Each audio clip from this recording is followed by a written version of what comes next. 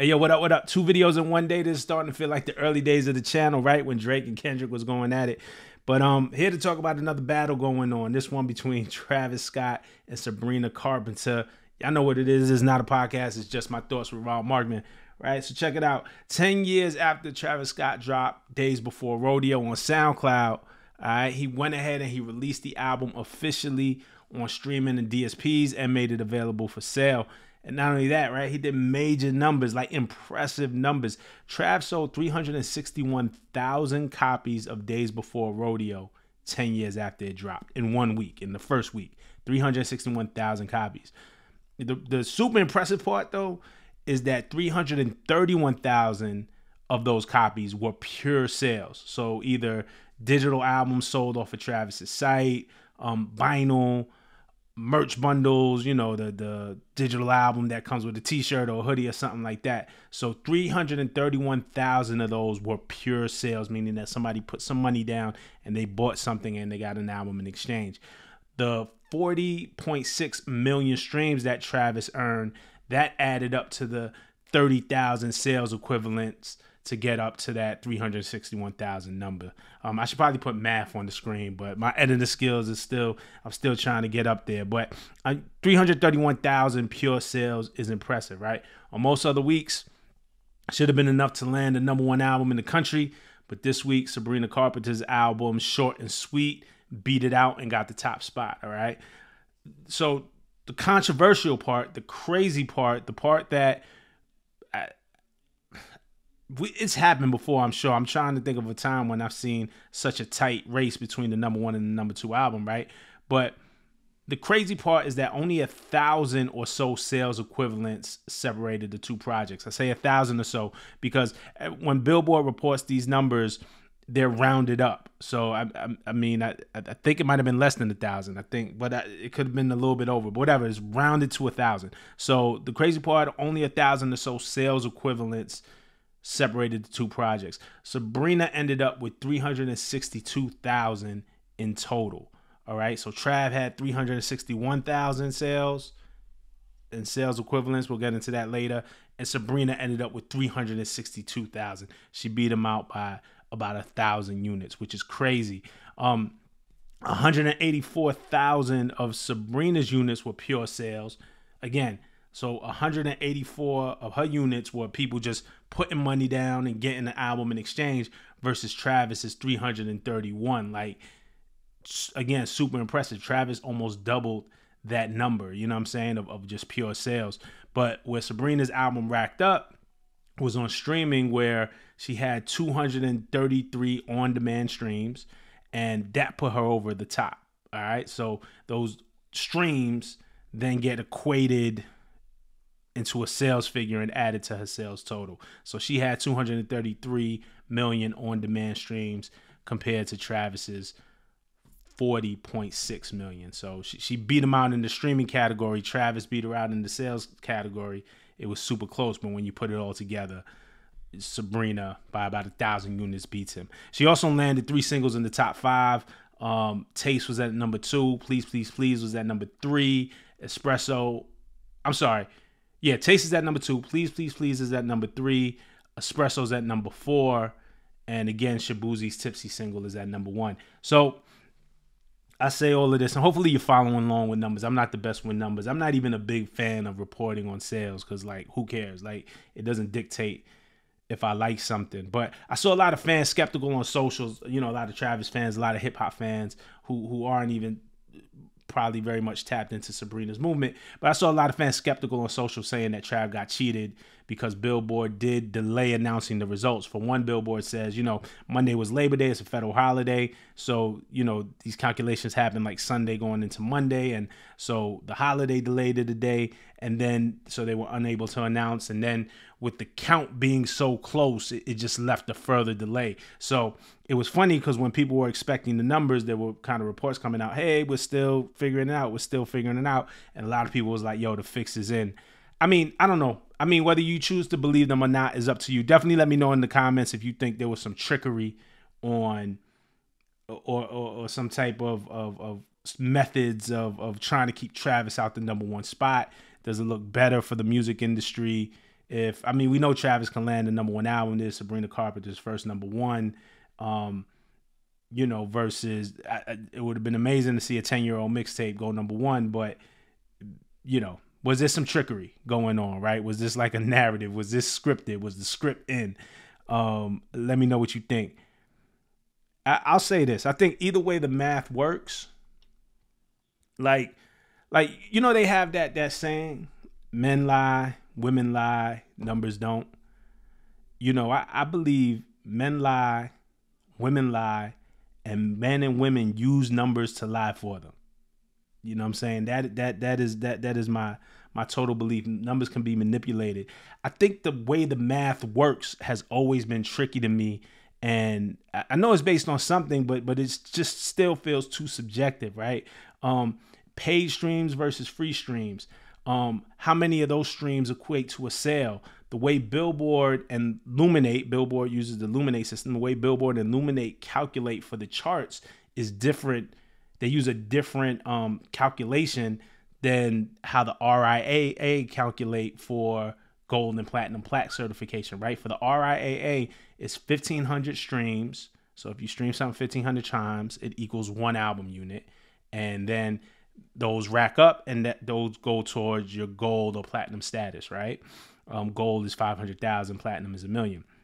For the charts, it's a little bit different. It's 1,250 paid streams, or if you pay for Spotify, right? So if you're a paying Spotify customer and you stream something 1,250 times, that counts as 1 sale. It's 1 sale equivalent. If you're a free Spotify user and you have to stream something 3,750 times for it to count for that 1 sale. So it's just a different math that's used for the chart versus what's used for the RIAA. I'm not quite sure how that is. I bet somebody kind of more smarter than me can explain it, but it's always been wild to me why we use different math and why we even use the math that we use. Furthermore, and I've said this before, y'all might have heard me say this, I think we should stop trying to equate streams to sales. I think we should just stop. Those are two different things. That's like, how do I turn this duck into a chicken? Yeah, how many ducks do I need to equal a chicken? How many apples do I need to equal an orange? Like it's literally apples and oranges, right? Like, it's a different thing. If I go and listen to something, it's different from me saying, no, I want to go purchase this. Like I love Doechii. I talked about Doechii's mixtape, Alligator Bites Never Heal, on the last video. I went to iTunes store and did $9.99. I should have looked to see if she's selling a vinyl or something. Like, I wanted to buy it because I'm like, I want to support this. I love this. I want to support it. I'm not going to stream it 1,500 times in a week. Some of my favorite albums, I got to think, let's say Nas Illmatic, right? Nas Illmatic, I bought Nas Illmatic 4 times in my lifetime. You lose a CD, you lend it out, you don't get it back, it gets scratched. I've purchased Nas Illmatic 4 times. There's no way I've listened to that album 1,500 times in my life. But I could rap every word forward, I could rap every word backward. But 1,500 albums is a lot. Like Biggie's Life After Death, I bought 3 times because I have the vinyl as well. Well, the vinyl was gifted to me, so nah.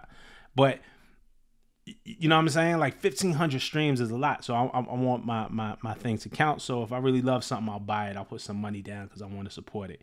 I think so it's a different intention than if I stream it. And then sometimes we stream stuff that, sometimes you'll just put a playlist on and you might not even love that song. You'll just let it play because it's the one in the playlist. You don't hate it enough to skip it. You don't love it enough to intentionally seek it out. It speaks about intention. And so I think I'm on my soapbox. I think we should stop trying to equate streams to sales. I think they're two different things. But in a lot of ways, that being considered, to me, Travis's number is way more impressive because 300, what did I say? 331,000? 330,000 in pure sales.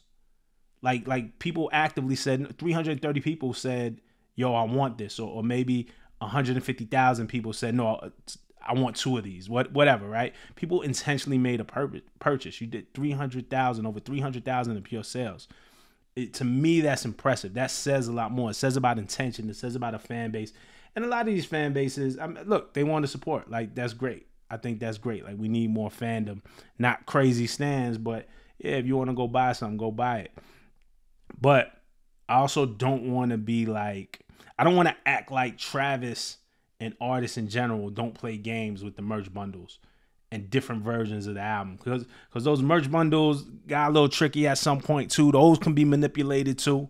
Even though we say pure sales, those can be manipulated too. Even though we say pure sales, there were definitely cases of back in the day of just CDs, of labels buying their own CDs and just storing them in the warehouse. Like, there was always some trickery, right? Whenever there's the music business, and the music business does get shady. So whenever there's an opportunity to shake the system, it's definitely there. So I don't want to talk about like that sales are the most purest thing, but I think it's closer to where we need to be to really calculate these things, right?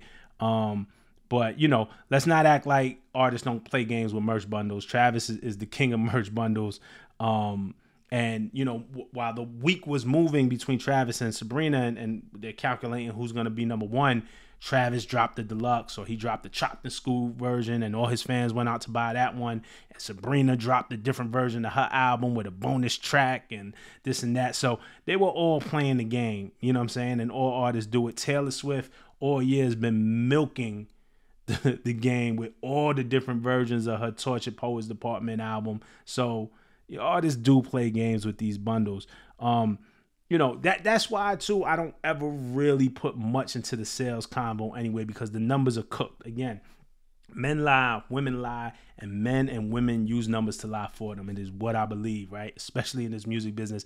I've seen it. Trust me, I've seen it.